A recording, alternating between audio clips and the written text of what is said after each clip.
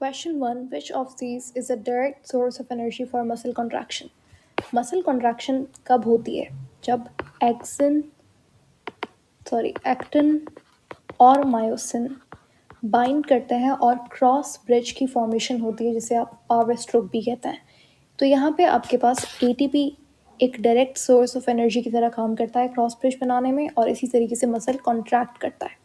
Creatine phosphate यानी कि CP, ये भी एक एनर्जी सोर्स है और मसल में ही पाया जाता है, but it's an indirect source of energy. तो इस वजह से ऑप्शन डी और बी दोनों एलिमिनेट हो जाएंगे। ऑप्शन ए को आप लॉक करेंगे एटीपी। ठीक है। क्वेश्चन 2 है हमारे पास, व्हेन मसल कॉन्ट्रैक्ट्स, जब मसल कॉन्ट्रैक्ट करता है तो सार्कोमेयर क्या होता है? दो जेड लाइंस के दरमियान का जो गैप है, जो डिस्टेंस है, वो सार्कोमेयर कहलाता है। तो जब मसल कॉन्ट्रैक्ट करता है तो सार्कोमेयर की साइज डिक्रीज होती है, इंक्रीज नहीं होती। Option B, myosin slides past actin. तो मसल कॉन्ट्रैक्शन में आप जिस थ्योरी के बारे में पढ़ते हैं वो है स्लाइडिंग फिलामेंट थ्योरी। तो वो थ्योरी हमें कहती है ये जो थिन और थिक फिलामेंट्स है, यानी कि एक्टिन और मायोसिन फिलामेंट्स, ये स्लाइड करते हैं over each other. Option B बिल्कुल ठीक है। ऑप्शन सी में वो कहता है लैक्टिक एसिड इज प्रोड्यूस्ड। तो ये तो आपके पास एक स्पेशल कंडीशन, जब आप एनएरोबिकली रेस्पायर करेंगे, यानी कि ऑक्सीजन की एब्सेंस में। तो ऑक्सीजन जब सफिशिएंट नहीं होगा तो लैक्टिक एसिड प्रोड्यूस होगा, क्योंकि बॉडी फर्मेंटेशन करने लग जाती है, एनएरोबिकली रेस्पायर करती है, जिससे मसल फटीग कॉज होता है। Question 3, which of the following change occur when skeletal muscle contracts. जब स्केलेटल मसल कॉन्ट्रैक्ट करता है तो क्या क्या चीज़ें होती हैं? तो जब एक स्केलेटल मसल में कॉन्ट्रैक्शन होती है तो ए बैंड आपके पास होता है थिक बैंड या डार्क बैंड, और आई बैंड होता है लाइट बैंड। तो A band remains the same, तो वो शॉर्टन नहीं होता। ठीक है। Z line apart slides further apart, नहीं, इसका उल्टा होता है, यानी कि जेड लाइन जो है वो they come toward each other. Okay. Option B में कहता है द आई बैंड शॉर्टन, और ऑप्शन डी में कहता है the actin filament contract. Actin और मायोसिन फिलामेंट्स कभी कॉन्ट्रैक्ट नहीं होते, वो जस्ट स्लाइड होते हैं according to sliding filament theory. Option B यहाँ पे बिल्कुल ठीक जवाब है, जिसमें वो कहता है कि आई बैंड जो है वो शॉर्टन होता है। ओके। क्वेश्चन 4 है, thin filament in myofibrils consist of. Myofibrils में जो थिन फिलामेंट है उसमें, जिसे आप लाइट बैंड भी कहते हो, इसमें प्रेजेंट होता है मेनली एक्टिन, और इसके साथ साथ कॉम्प्लीमेंट्री प्रोटीन्स भी होता है, जैसे ट्रोपोमायोसिन और ट्रोपोनिन। तो इसका मतलब ऑप्शन ए आपके पास बिल्कुल ठीक है, जबकि जो थिक बैंड है उसमें only myosin is present. Question 5, the contraction of striated muscle. Striated muscle कहते हैं जहाँ पे लाइट डार्क बैंड हो प्रेजेंट, जैसे कि कार्डियक मसल, जैसे कि स्केलेटल मसल, ये स्ट्रिएटेड मसल्स हैं। स्मूथ मसल क्या है? अनस्ट्रिएटेड, नॉन स्ट्रिएटेड है।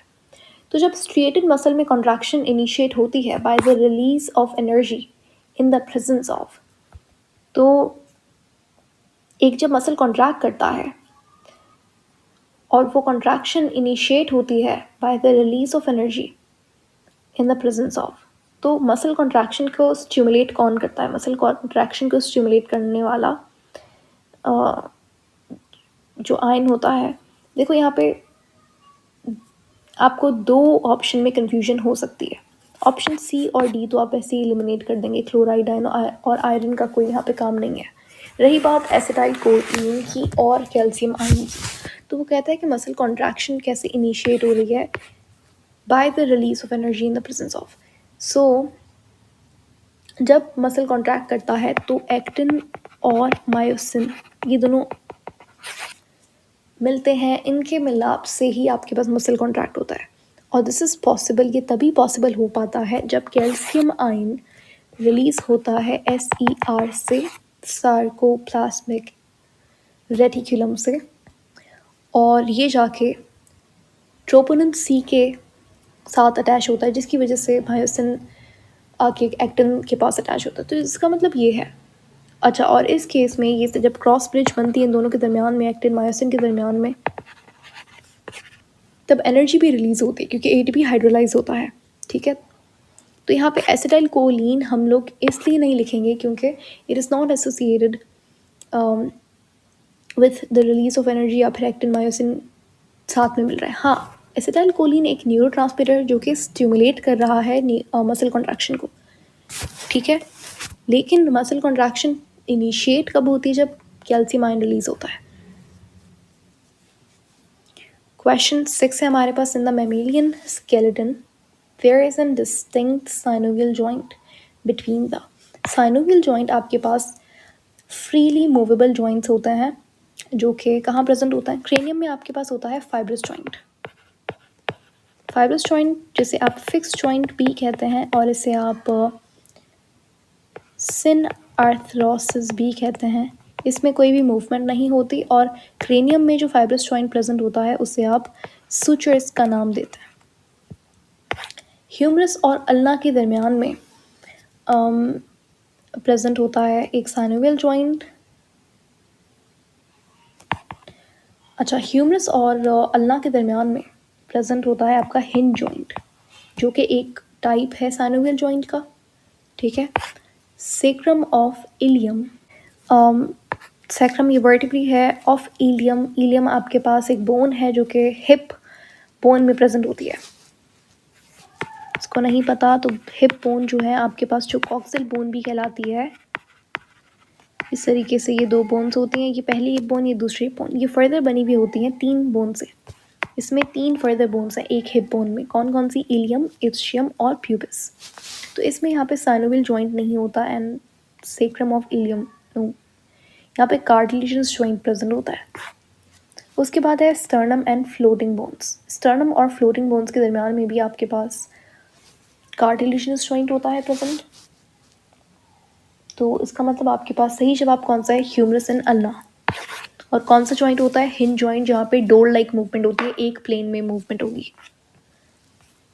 चलें जी, क्वेश्चन आपके पास 7 है, which of the following is a bone of axial skeleton. Axial skeleton में होती हैं कौन कौन सी बोन्स? इन ऑप्शंस में अगर आप देखो तो फीमर जो है वो पेक्टोरल गर्डल के नीचे वाले जो हाइंड लिम्स होता है उनका पार्ट है, ठीक है।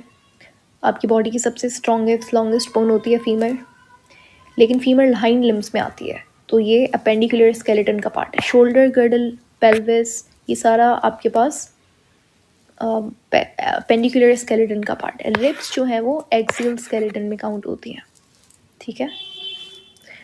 Vertebral column includes, vertebral column में कौन सी चीज़ें होती हैं? वर्टिब्रल कॉलम आपके पास जो आपकी स्पाइन को प्रोटेक्ट करने के लिए प्रेजेंट होती हैं, वर्टिब्री से बनी हुई कॉलम, उसे वर्टिब्रल कॉलम कहते हैं। उसमें प्रेजेंट होती हैं वर्टिब्रीज जिनका नाम है cervical, thoracic, lumbar, sacrum, coccyx. तो ये सारी की सारी वर्टिब्रीज के नाम हैं, ठीक है। सर्वाइकल 7 होती हैं in number, thoracic 12, lumbar 5, sacrum 5 bones होती हैं जो मिलकर एक बनाती हैं, और कॉक्सिक्स 4 बोन्स होती हैं जो मिलकर एक बोन बनाती हैं, ठीक है। Then we have question 8, in mammal the number of cervical vertebrae are. यह भी मैंने मेंशन किया था, सर्वाइकल वर्टिब्रीज कितनी होती हैं? 7, okay. Okay, question 9, brain is protected by. Brain के अराउंड प्रेजेंट होता है क्रेनियम जो कि बना हुआ होता है 7 क्रेनियल बोन से। कौन कौन सी क्रेनियल बोन्स होती हैं प्रेजेंट? 8 क्रेनियल बोन से। Frontal, parietal, temporal, occipital, ethmoid and sphenoid. तो ये बोन्स होती हैं आपके पास प्रेजेंट क्रेनियम में। ये सारी फ्रंटल 1 होती है, पैराइटल 2 होती हैं, टेम्पोरल 2 होती हैं, ऑक्सीपिटल 1, इथमॉइड 1, स्फेनॉइड 1, ठीक है। तो ब्रेन प्रोटेक्टेड होता है इन बोन्स के एक बॉक्स लाइक स्ट्रक्चर से जिसे क्रेनियम कहते हैं। और इन सब बोन्स के दरमियान में कौन सा जॉइंट प्रेजेंट होगा? Fibrous joint. और क्रेनियम में प्रेजेंट फाइब्रस जॉइंट का नाम क्या है? Suture, okay. अच्छा, यहाँ पे ये क्वेश्चन थोड़ा सा इंटरेस्टिंग था। मैंने, अगर आप देखें यहाँ पे दूसरे ऑप्शंस तो स्कल और ऑप्शन डी में ऑल ऑफ दीज लिखा हुआ है, तो आप स्कल देख के ऑप्शन डी को नहीं मार्क कीजिएगा, क्योंकि स्कल कभी भी क्रेनियम, सिर्फ क्रेनियम को नहीं कहते। स्कल आपका पूरा जो, ना सिर्फ क्रेनियम आता है, उसमें जितनी भी फेशियल बोन्स होती हैं वो भी काउंट होती हैं स्कल में, ठीक है। तो इसीलिए स्कल क्या है, skull is basically cranium plus facial bones, तो that is equal to skull. Skull में कितनी बोन्स होती हैं, 22 बोन्स होती हैं, ओके। 14 फेशियल बोन्स और 8 होती हैं क्रेनियल बोन्स, ठीक है। क्वेश्चन 10 है, which of the following is plantigrade. Plantigrade animals वो होते हैं those who can walk with a whole foot, यानी कि अपने हील, सोल और टोज सबको इस्तेमाल करके वो सारी चीज़ें, उनका पूरा फुट जो है वो ग्राउंड को टच करेगा, तो ऐसे एनिमल्स को हम प्लांटिग्रेड कहते हैं। और रैबिट इज़ अ प्लांटिग्रेड, सो वो एनिमल्स जो कि अपने कंप्लीट फुट को यूज़ करके वॉक करें या भागें या जो भी। So when they walk, when they move, when, जब उनमें लोकोमोशन होती है तो वो उनका पूरा फीट जो है वो ग्राउंड को टच करता है, तो ऐसे एनिमल्स को प्लांटिग्रेड कहा जाता है, ठीक है। अगर आप ह्यूमन की बात करो, हम भी प्लांटिग्रेड है, बेयर, रैबिट, ह्यूमन, ये सब प्लांटिग्रेड एग्जाम्पल्स हैं, ठीक है। उसके बाद आ जाता है आपका क्वेश्चन 11, ब्रैक्योरेडियालिस अपलिफ्ट्स व्हाट। ब्रैक्योरेडियालिस एक आपके पास 4 आर्म मसल होता है, ठीक है, जो कि आपके एल्बो को फ्लेक्स करता है।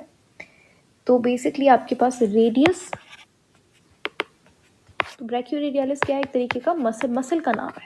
इस मसल का काम होता है जो एल्बो में मूवमेंट होती है, ठीक है। और एल्बो में कौन सी बोन्स प्रेजेंट होती हैं, एक रेडियस प्रेजेंट होती है आपकी और अल्ना प्रेजेंट होती है। इसका मतलब ऑप्शन ए सही है बिल्कुल, और बी भी सही है, तो इसका मतलब ऑप्शन सी यहाँ पर सही जवाब होगा। याद रखना है आपने, ब्रैक्योरेडियालिस कॉमनली नहीं पढ़ाया जाता, लेकिन यहाँ पे क्यों लिखा हुआ है, तो ये एक तरीके का मसल है, ठीक है। सो ये हेल्प करता है 4 arm, it's a 4 arm muscle, जो कि एल्बो को अपलिफ्ट करने में हेल्प करता है, ठीक है। तो यहाँ पे कौन सी दो बोन्स अपलिफ्ट हो रही हैं, कौन सी 2 बोन्स आप अपलिफ्ट कर रहे हैं, रेडियस और अल्ना, ठीक है। उसके बाद है आपके पास question 12, moulting occurs in arthropods at the dash. So moulting क्या होती है, जब आर्थ्रोपोडा का जो फाइलम है उसके मेंबर्स, या फिर और भी अगर आप कुछ रेप्टाइल्स देखें जैसे स्नेक हो गया, तो वो अपना एक्सोस्केलेटन कुछ टाइम टू टाइम क्या करता है, शेड करते हैं। तो शेडिंग ऑफ एक्सोस्केलेटन मोल्टिंग कहलाता है। इसी प्रोसेस का दूसरा नाम ये है जिसे एक्डाइसिस कहते हैं, और इस प्रोसेस के लिए रिक्वायर्ड होता है एक एंजाइम जिसे एक्डाइसोन कहा जाता है। एक्डाइसोन एक एंजाइम है, सॉरी एक हार्मोन है, इट्स अ हार्मोन जो स्टिमुलेट करता है इस चीज़ को। सो पूछता है, इसमें पूछा हुआ क्या है, moulting occurs in Arthropoda at dash, कौन सी स्टेज पे ये चीज़ होती है। तो देखिए आर्थ्रोपोडा अपना एक्सोस्केलेटन शेड करते हैं ड्यूरिंग ग्रोथ फेसेस, ठीक है। और ग्रोथ फेसेस के पीछे रीज़न है इसका बहुत ही सिंपल सा, कि भाई जब वो मेच्योर होते हैं, जब उनकी बॉडी ग्रोथ में होती है, तब उनकी बॉडी का साइज़ बढ़ रहा है, और जो एक्सोस्केलेटन है उसके पास एबिलिटी नहीं होती कि वो जैसे जैसे बॉडी का साइज़ बढ़ रहा है तो एक्सोस्केलेटन भी स्ट्रेच होता जाए, ऐसा नहीं होता। तो पुराना एक्सोस्केलेटन वो शेड करता है, नया आता है, जैसे जैसे साइज़ बढ़ती है ग्रोथ वाली स्टेज में ऐसा होता है। तो इसका मतलब आपके पास जो इमेच्योर स्टेज है, जब कम्प्लीटली ऑर्गेनिज्म अभी मेच्योर नहीं हुआ, ग्रोथ स्टेज जिसे आप बोलोगे, तो इमेच्योर स्टेज में ऐसा होता है, तो ऑप्शन ए यहाँ पर सही होगा। Then we have second last question 13, muscle fatigue होता है एक्यूमुलेशन, किसकी एक्यूमुलेशन से, लैक्टिक एसिड की एक्यूमुलेशन से। ऐसा कब होता है, जब आपकी बॉडी एनएरोबिकली रेस्पायर करती है, यानी कि ग्लूकोज टूटता है इन द एब्सेंस ऑफ, या फिर नॉट इनफ ऑक्सीजन की प्रेजेंस में जब ग्लूकोज टूटता है, तो वहाँ पे बॉडी एनएरोबिकली रेस्पायर करती है, जिसकी रिजल्ट में लैक्टिक एसिड बनता है। ये लैक्टिक एसिड इवेंचुअली आपके पास, आपने देखा होगा कि जब बहुत दिनों के बाद अगर आप रेगुलर एक्सरसाइज करें तो आपका मसल बहुत दर्द करने लगते हैं, तो बेसिकली उसे ही मसल फटीग कहा जाता है। और कुछ दिनों बाद वो कंडीशन सही हो जाती है when you take some rest, और मसल दोबारा से नॉर्मल हो जाता है। होता क्या है कि वो मसल के अंदर लैक्टिक एसिड की एक्यूमुलेशन हो जाती है, जो कि मसल का पीएच कम कर देता है, जिसकी वजह से आपको फटीग महसूस होता है। कुछ दिनों के बाद व्हेन यू रेस्ट तो बॉडी में इनफ ऑक्सीजन आ जाती है, इनफ एनर्जी होती है, तो ये लैक्टिक एसिड मसल से जाता है ब्लड में, और ब्लड से ये लिवर में जाता है, और लिवर इसी लैक्टिक एसिड को तोड़कर बनाती है ग्लूकोज, और ये एक्टिव प्रोसेस होता है, यानी कि एटीपी रिक्वायर्ड होता है। ठीक है, तो ये नॉर्मल सी बात है। Then we have last question, cardiac muscle. Cardiac muscle हमारे पास क्या होते हैं भाई? वॉलंटरी होते हैं, थैंकफुली वॉलंटरी होता है।